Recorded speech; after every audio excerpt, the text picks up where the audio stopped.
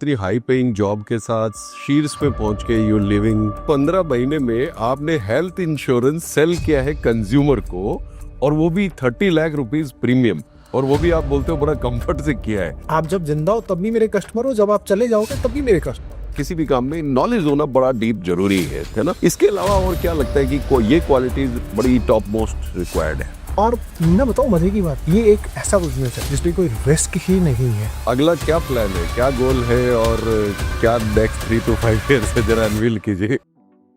Welcome to another powerful episode of sell it well India. India का एकमात्र podcast जहां पर हम सेल्स प्रोफेशन और फाइनेंशियल सेल्स प्रोफेशन के लोगों से बात करते हैं।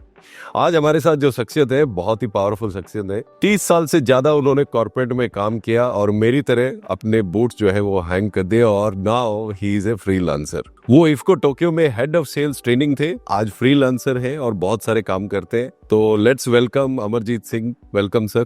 Thank you sir, thank you very much. तो हमारा जो पॉडकास्ट है हम सेल्स के लोगों के लिए करते हैं। आप जानते हैं सेल्स के लोगों के लिए ज्यादा बातें होती नहीं है। तो सबसे पहले तो मैं ये पूछना चाहूंगा, आज कैसा लग रहा है? आप लोगों को ट्रेनिंग देते हो, आज आपका इंटरव्यू हो रहा है, how are you feeling?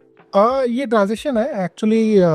Corporate में इतने साल 3 दशक निकालने के बाद में जब आप अपना काम शुरू करते हो तो कई सारे चैलेंजेस आते हैं। कुछ जो है लोग भी मजाक उड़ाते हैं आपका कि ये जो सरदार का दिमाग खराब हो गया है और मतलब अच्छी खासी जो है जॉब छोड़ के वो अभी अपना काम शुरू कर रहा है। तो वो जर्नी के अंदर जब आपको धीरे धीरे रिजल्ट्स मिलने शुरू होते हैं ना, तब आपको पता चलता है नहीं, आपने कुछ किया है, करेक्ट, कुछ हासिल किया है आपने, और आपका एक्सपीरियंस उसमें हमेशा आपके ही काम आता है। पर ये टफ रहा होगा ना, इतने साल और इतनी हाई पेइंग जॉब के साथ शीर्ष पे पहुंच के यू लिविंग। हाँ, वैसे तो देखो, जब आप जॉब कर रहे होते हो तो आपके पास कुर्सी को सलाम करने वाले बहुत सारे लोग, करेक्ट, और साथ में आपके पास बहुत सारी अथॉरिटीज भी होते हो। राइट, आप कंपनी का पैसा खर्च रहे होते हो जी।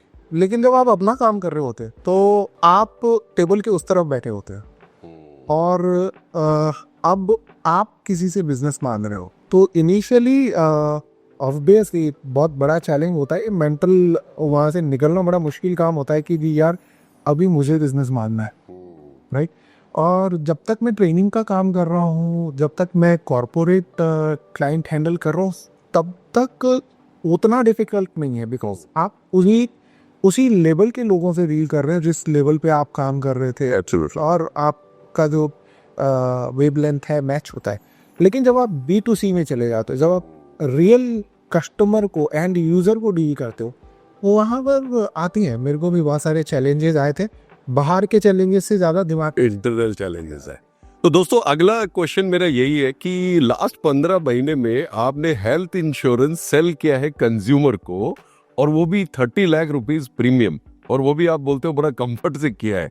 तो कॉर्पोरेट जॉब से ट्रांजिशन किया कि आप कॉर्पोरेट ट्रेनिंग में, फ्रीलांस में घुसे, अब आप B2C में आ गए हो कि अब आप कस्टमर को डायरेक्ट डील कर रहे हो, ये कैसे हुआ? वेल इसके पीछे भी ना बड़ी क्या कहते हैं, एंटरप्रेन्योर की जो जर्नी होती है ना, वो बड़ी इंटरेस्टिंग होती है। लोग बाग है ना, पैराग्लाइडिंग करने जाते हैं, रॉक क्लाइंबिंग करने जाते हैं, एडवेंचर क्रिएट करने के लिए। मैं कहता हूँ आप एंटरप्रेन्योर बनना, आपकी ज़िंदगी में अपने आप ही एडवेंचर है। तो मेरी ज़िंदगी में भी ऐसे एडवेंचर आए, और वो एडवेंचर जब आए तो मैं एक पॉइंट था, मैं ऐसी जगह पे पहुंचा जहाँ में मुझे लग रहा था यार सर्वाइवल बड़ा मुश्किल है। और साथ ही साथ पे कुछ दोस्त से जिनको मैं हेल्प कर रहा था, उनकी इंश्योरेंस वगैरह ने as a expert, okay, without any remuneration, okay, उन्होंने बोला यार अमरजीत तुम इतना कुछ जानते हो, तुम्हारा इतना अच्छा नेटवर्क, तो तुम उसको एनकैश क्यों नहीं भरते हो, तुम इसको यूज़ क्यों नहीं करते हो। तब मैंने डिसाइड किया कि चलो यार इंश्योरेंस बेचने की कोशिश करते हैं। तो पहला स्टेप मैंने जो लिया ना, बड़ा फनी सा स्टेप था कि मैंने एक ब्रॉडकास्ट ग्रुप बनाया। अच्छा, ब्रॉडकास्ट ग्रुप। तो उन सारे लोगों को, मेरे फोन के अंदर करीबन 13,000 लोगों का नंबर है जी। इसमें ज़्यादातर इंश्योरेंस वाले हैं। इंश्योरेंस वाले मैंने 20 साल से ज़्यादा इंश्योरेंस में लगाए, तो मैंने उसमें ढूंढा कि कौन कौन से इंश्योरेंस वाले नहीं है। उनका ब्रॉडकास्ट ग्रुप बनाया करीबन 800 लोग मिले में। अच्छा, और मैंने उनको ना सिंपल एजुकेशन मैसेज भेजा, एंड मेरे को सरप्राइज हुआ कि लोग इतना प्रॉम्प्टली रिप्लाई करेंगे। और मुझे मेरे पहले ही मैसेज के ऊपर 3 पॉलिसीज में, क्या बात, पहले मैसेज पहले मैसेज पे 3 लोगों का पॉजिटिव रिस्पॉन्स, मतलब रिस्पॉन्स तो कई सारे आए, 3 एक्चुअली क्लोज हो गए। क्लोज हो गए। एंड जब मैंने हेल्थ इंश्योरेंस कंपनी जिसके साथ में मैंने टाई अप किया था, तो फरवरी लास्ट ईयर 2024 में शुरू किया। फरवरी मार्च पता चला कि आप उस ब्रांच के टॉप एडवाइजर्स में से एक हो, टॉप एडवाइजर बन गया। और ब्रॉस मैनेजर जो है वो आपके पास मिलने के लिए अपॉइंटमेंट मांग रहा है। सब आने लग गए। तब मुझे लगा यार ये छोड़ो यार बाकी सारी चीज़ें, इसके ऊपर थोड़ा ध्यान लगाते हैं। ध्यान लगा। लेकिन फिर आया एक ट्रांजिशन वाला फेज कि आपके पास कोई मांगने आ रहा है, इंफॉर्मेशन लेने के लिए आ रहा है, तो आप कंफर्टेबल। पहले जब आप किसी के पास जा रहे हैं तो आपकी ईगो बीच में आ रही है, आपका एक्सपीरियंस बीच में आ रहा है। अरे यार कल तक तो आप ट्रेनिंग हेड थे, ट्रेनर हो, आज आप बेचने जा रहे हो। तो कस्टमर से जब आप मांगने जा रहे हो तो एक मेंटल ब्लॉक आया। रेजिस्टेंस इसके साथ में बहुत जूझना पड़ा मुझे। मुझे 3-4 महीने लगे। अच्छा। मैं आपको ये कन्विंस करने के लिए कि बेटा देख, नॉलेज है तेरे पास, स्किल्स भी है तेरे पास, वेरी गुड। यूज ही तो करने हैं। अगर यूज नहीं करेगा तो वेस्ट हो जाएंगे, टेस्ट हो जाए। और लोगों को जरूरत है। जरूरत है। तो 3-4 महीने लगे मुझे। तो मैंने फरवरी मार्च के अंदर धंधा कर दिया अच्छा खासा। अच्छा। अप्रैल मई जून में थोड़ा सा शांत हो गया। फिर मैंने स्ट्रगल किया। फिर वापस से मैंने कहा चलो कोशिश करते हैं। That consistency is not it. Consistency है। तो आप जो ये फंडा बोलते हो कि आई डोंट सेल, क्या है वो फंडा? थोड़ा बताना, मैं भूल गया second line. I don't sell, I educate, something like this. I don't sell, I enable people to buy। अच्छा, व्हाट इज दिस? तो देखो, आम तौर पे अगर आप देखोगे ना, हमने जिंदगी में हमेशा ना सुना है, नहीं नहीं, है ना। बचपन में बच्चे को भी बोलते बेटा ये ना कर, वो ना कर। स्कूल में टीचर बोलता है ये ना कर, ना कर। घर पे शादी के बाद में भी बीवी बोलती है ये ना कर, वो ना कर। तो ना कहना हमारे लिए सबसे आसान काम, सबसे आसान काम है ना। तो अगर आप किसी के पास इंश्योरेंस बेचने जा रहे हो, या फॉर दैट मैटर कुछ और भी बेचने जा रहे हो, ठीक है, तो उसके लिए आसान तरीका क्या है? नहीं यार मुझे नहीं चाहिए, मुझे नहीं चाहिए, मेरे पास ऑलरेडी है भाई। या वो फोन नहीं उठाएगा बाद में, या ब्लॉक कर। के लिए ना कहना आसान है। वो ना वो शब्दों में बोल सकता है, आपकी फोन छोड़ सकता है। तो मैंने एक फार्मूला जो है, जो मैं पहले भी कहता था जब मैं जॉब कर रहा था 50,000 लोगों को जब मैंने ट्रेन भी किया, तो भी मैं ये कहता था भैया आप जाओ लोगों को एजुकेट करने के लिए पहले आपको अपने आप को एजुकेट करना पड़ेगा। करेक्ट। तो आप उनको ये मत बोलो कि आप इंश्योरेंस ले लो। आप उनको ये मत बोलो कि भी आपको इंश्योरेंस की जरूरत है। आप उनको ये बताओ कि इंश्योरेंस ये होता है, ऐसे काम करता है, और इसके अंदर आपके लिए ये बेनिफिट है। अब आप डिसाइड करिए कौन सा बेनिफिट आप चूज करना चाहते हैं। तो जनरली जब भी मेरे पास कस्टमर आता है तो मैं उसको ये नहीं बोलता बस ये पॉलिसी ले। मैं उनसे पूछता हूँ कि आपकी स्पेसिफिक रिक्वायरमेंट क्या है।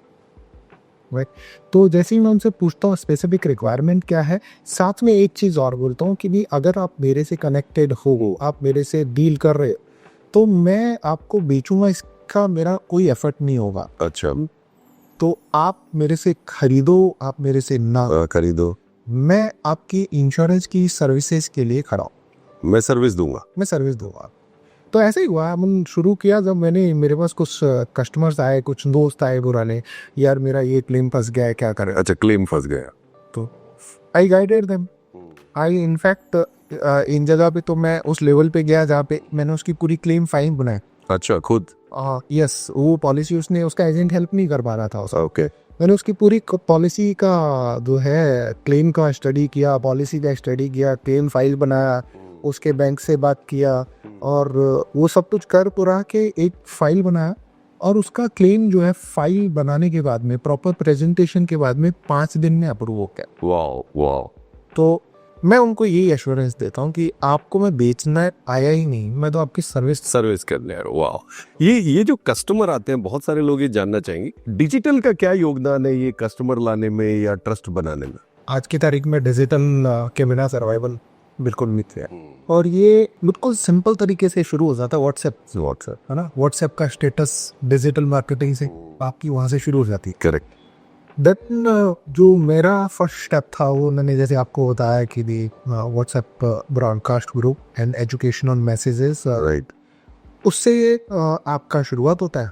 फिर ज़रूरी नहीं है कि आप बिल्कुल ही हाई फाई डिजिटल मार्केटिंग में जाओ या आपका इंस्टाग्राम अकाउंट हो या कुछ टाइप से, बट स्टेप बाय स्टेप आप वहाँ तक पहुँचते।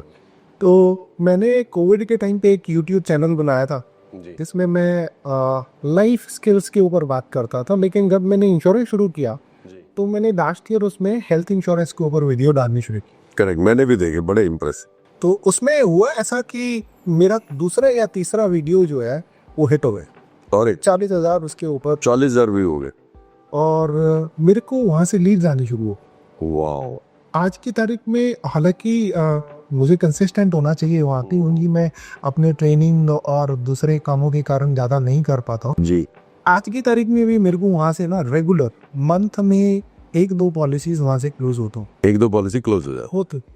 ठीक है, तो एंड ये जेनेरिक है, मैं इस पे कोई खर्चा नहीं कर रहा हूँ। अभी मैं सोच रहा हूँ कि भी कुछ आप Paid है। से एक्सपर्ट से जो है हेल्प लेकर और उसको थोड़ा सा बढ़ाया जाए, क्योंकि मुझे ऐसा लगने लगा है कि यार बाकी सारे काम छोड़ देता हूँ, यही काम करता हूँ। ऑफ कोर्स मार्केट में आप जैसे इतने एजुकेटेड लोगों की ज़रूरत भी है इस फील्ड के अंदर। और दूसरा ये जो अब जो रूटीन है, लाइफ कैसे चल रही है? चलिए ऑफिस तो बहुत बढ़िया है, बढ़िया लोकेशन पे भी है, घर के पास है, तो अभी लाइफ में क्या रूटीन रहता है? देखिए, मैं सुबह करीबन 10-1 बजे ऑफिस आता हूँ अच्छा।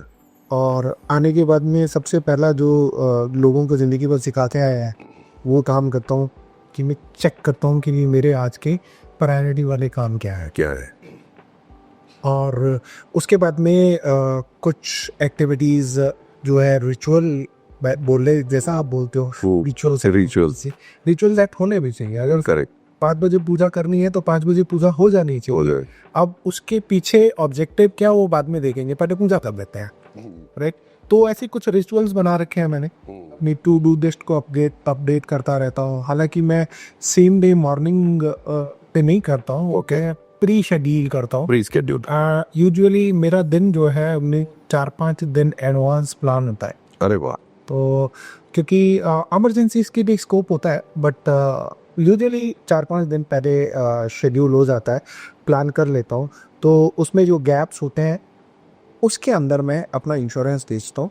मेरे को सबसे मतलब इंटरेस्टिंग चीज़ यही लगती है कि मेरा जो रूटीन है उसके अंदर जो गैप्स हैं मैं उसी में हेल्थ इंश्योरेंस बेच रहा हूँ। वाह। मैं स्पेसिफिकली हेल्थ इंश्योरेंस नहीं बेच रहा हूँ और उसमें मुझे ये रिजल्ट मिल रहे हैं। तो आई एम श्योर सर बहुत सारे इंडिया में जो आप जानते हो कि फ्रीलांसर पार्ट टाइमर है, राइट? और आप भी ये बोल रहे हो कि मेरे जो स्केड्यूल है उसके बीच में जो मुझे टाइम मिलता है मैं वहाँ करता हूँ। तो आई एम श्योर उन लोगों को बहुत ये इंस्पिरेशन मिलेगा कि ढंग से किया जाए और सही किया जाए तो बिल्कुल मिल सकता है। दोस्तों, मैं को फाउंडर हूँ डिजिटल ज्ञानी एकेडमी का और हम 20,000 से ज़्यादा इंश्योरेंस और फाइनेंशियल एडवाइजर्स को अपग्रेड कर चुके हैं। अमरजीत सिंह जी सिर्फ एक फ्रीलांस हेल्थ इंश्योरेंस कंसल्टेंट नहीं है, वो एक ट्रेनर भी है, वो एक एजुकेटर भी है और वो रिलेशनशिप कोच भी है और वो एक बहुत ही फेमस BNI कम्युनिटी के मेंबर भी है। तो मैं आपसे ये जानना चाहता हूँ सर, ये कम्युनिटी जो होती है ये क्या हेल्प? आप ओके, रोटरी क्लब का भी मेंबर, रोटरी क्लब के भी मेंबर है। वाह। रोटरी क्लब का मैं प्रेसिडेंट रह चुका हूँ और सेक्रेटरी, अभी प्रेजेंटली मैं सेक्रेटरी भी हूँ। तो कम्युनिटी बड़ा रोल प्ले करती है। आई थिंक आपका वही क्वेश्चन। यस, कम्युनिटी का क्या रोल है? तो मेरा ये मानना है कि अगर आप फ्रीलांसर का काम कर रहे हो, स्पेसिफिकली आप इंश्योरेंस या फाइनेंशियल प्लानिंग का काम कर रहे हो, you must attach with 2-3 communities minimum।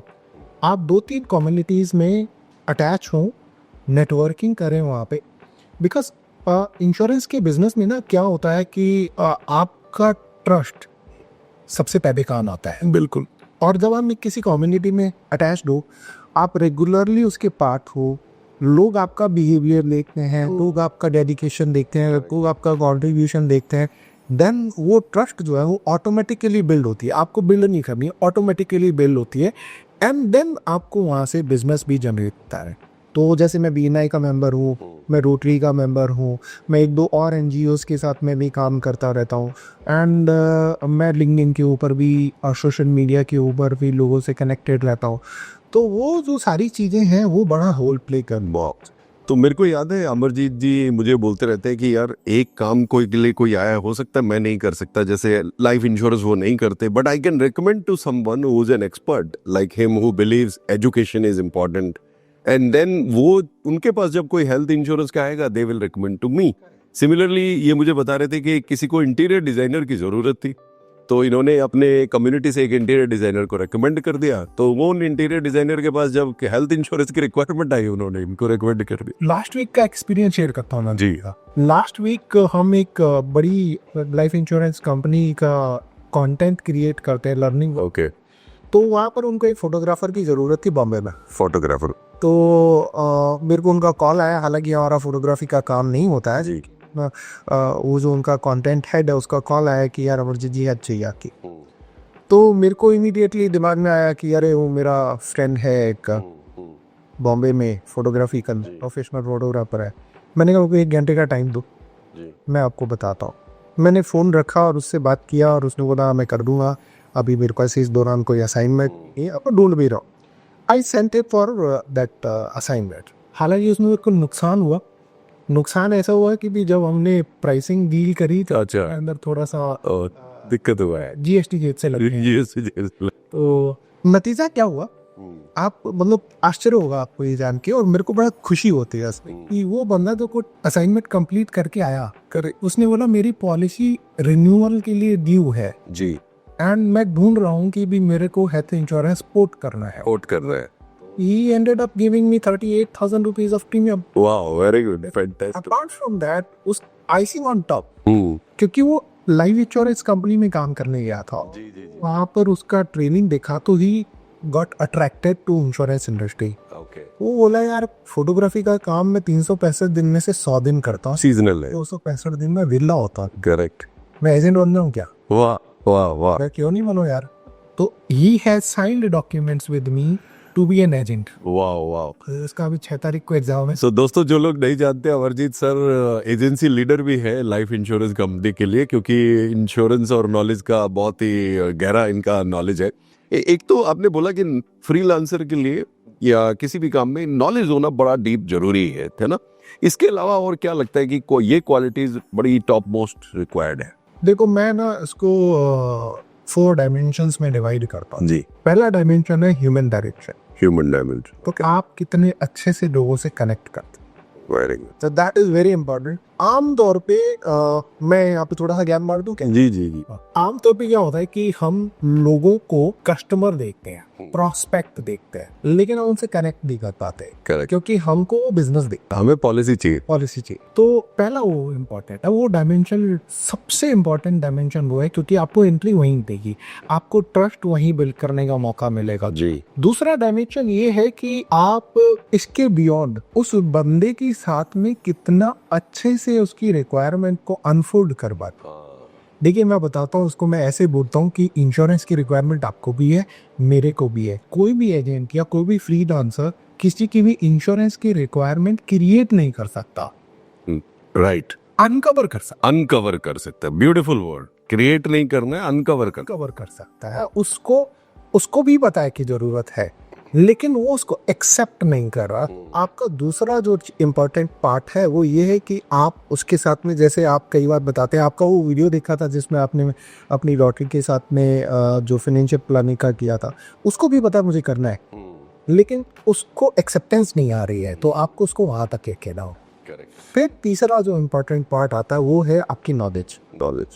अब आप तो तैयार हो मेरे से डिस्कस करने के लिए, और मेरे दिमाग में तो आप कस्टमर हो, पॉलिसी हो, तो मैं तो वही बात करूंगा जो मुझे पता है, जिसमें ज्यादा कमीशन है, या जो मुझे पता है। वो जितना ज्यादा पता होगा मुझे, उतना मैं आसानी से आपको आपकी रिक्वायरमेंट। तो आप कंपैरिजन भी दिखाते हैं कस्टमर? मैं तो बेचता ही नहीं हूँ सर, मैं तो बता रहा हूँ आप।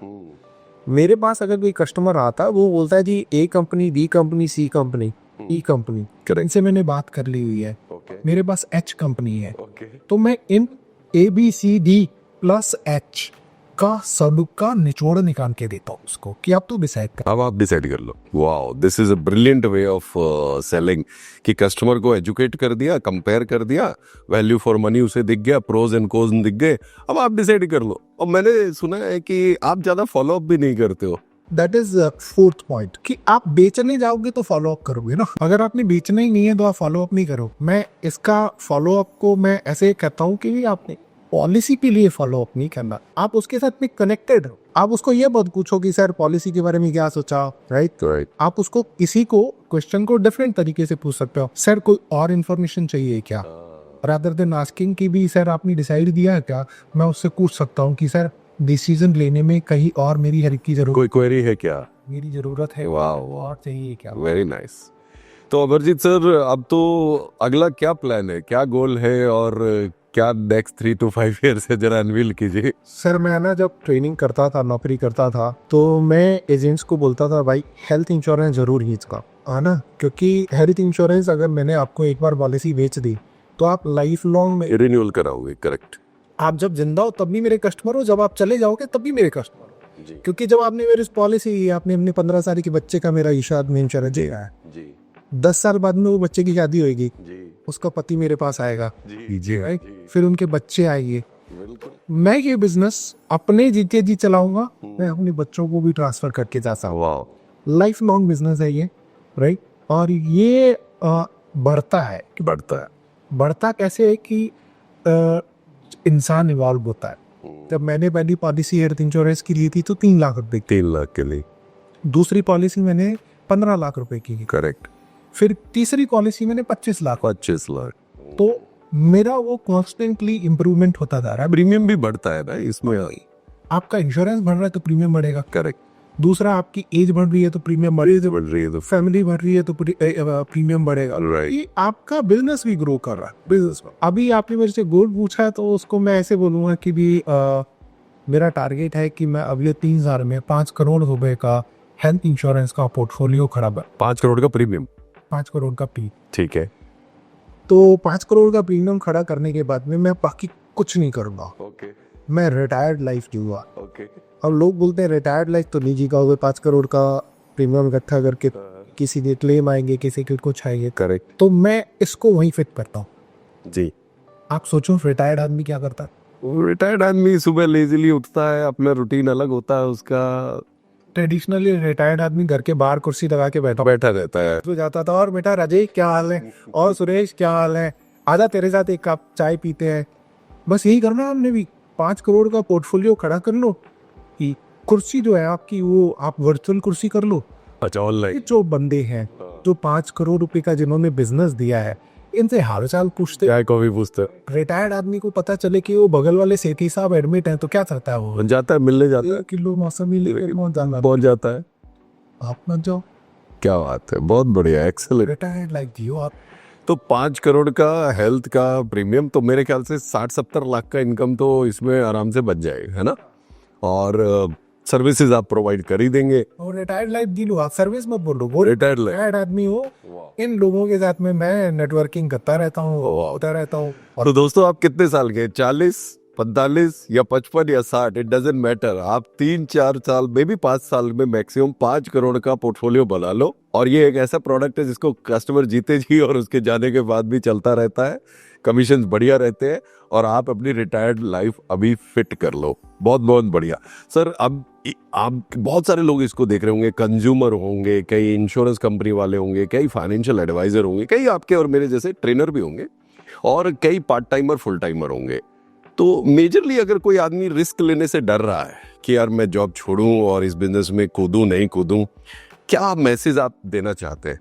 देखो मेरे साथ एडवांटेज थी कि मैंने नॉलेज अपने प्रोफेशन में इकट्ठा कर लिया था। करेक्ट। तो मेरे लिए शायद उस नॉलेज को यूज करना अपना मुश्किल का और जब मैंने भी जॉब छोड़ा था लोगों ने मेरा बड़ा मजाक उड़ाया था।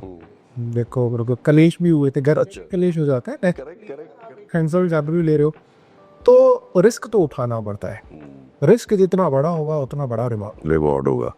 और मैं बताऊं मजे की बात, ये एक ऐसा बिजनेस है जिसमें कोई रिस्क ही नहीं है। रिस्क ही नहीं है। बताओ ना, एज एन एजेंट शुरू करने के लिए आपको कितने पैसे की कुछ खास की जरूरत थी? नथिंग। कुछ जरूरत नहीं है, आपका सिर्फ टाइम इन्वेस्ट करना है आपने। करेक्ट। टाइम इन्वेस्ट 3 जगह पे कर लो आप, नॉलेज, लोग और तीसरा सर्विस। नहीं अपने ऊपर। अपने को फर्क। अच्छा। तो आप खुश रहोगे ना तो लोगों को खुश कर पाओ। करेक्ट। तो आप इन 3 चीजों पे टाइम इन्वेस्ट करो, और कोई इन्वेस्टमेंट नहीं चाहिए, कोई रिस्क नहीं है इस बिजनेस के अंदर। मजे वाली बात है, अब रिस्क सिर्फ इतना सा ही है जब आप कोई बड़ा पंगा देते, आपने बड़ी सारी नौकरी छोड़ दी या आपने जो है बड़ा सारा सेंसी सा ऑफिस को दिया, सच्ची से इन्वेस्टमेंट ज्यादा कर दी। मत करो ना। मैं कह रहा हूँ आप शुरू करो इसको और बेबी स्टेप्स लो, और दिन में 2 घंटे देते हो पहले साल, 2 घंटे लगाते लगाते पहले साल के बाद में आपको लगेगा कि चलो ठीक है, अभी मेरा घर का किचन का खर्चा आ रही जो क्या है, तो ले लो का रिस्क, फिर बहुत बढ़िया। फिर फुल फ्लेजेड घुसो, राइट। और अगर आपको फुल फ्लेजेड घुसना है तो मेरे जैसे या आपके जैसे किसी मेंटर के साथ में 4-6 महीने लगा दे, बिजनेस शुरू करो, मेंटर की छत्र छाया में शुरू करो, थोड़ा पैसा उसको पे कर दो, कोई दिक्कत नहीं है। क्योंकि अगर आप रिस्क ले रहे हो, 5 लाख का रिस्क ले रहे हो, तो किसी मेंटर को 25,000 रुपये देने में आप एब्सोल्युटली बिल्कुल मत हिचकिचाओ, क्योंकि वो आपको वहाँ ले जाएगा। जी, बहुत बढ़िया। Thank you Amarjeet sir, thank you so much. हमारे दर्शकों को बहुत कुछ सीखने को मिला। और दोस्तों, जितने भी लोग रिस्क उठाने को रेडी है या जितने भी लोग फाइनेंशियल फ्रीडम की तरफ भागना चाहते हैं, सावधान। हम दोनों को इसकी डीप नॉलेज थी, अपने ऊपर हमने काफी साल लगाए हैं, पर अगर आपको कोई ट्रेनर या कोई मेंटोर मिलते हैं जो आपको गाइड कर सकते हैं और थोड़ा इनकम लेवल आप बन जाए, तब आप अपना जॉब छोड़िएगा, अदरवाइज नहीं।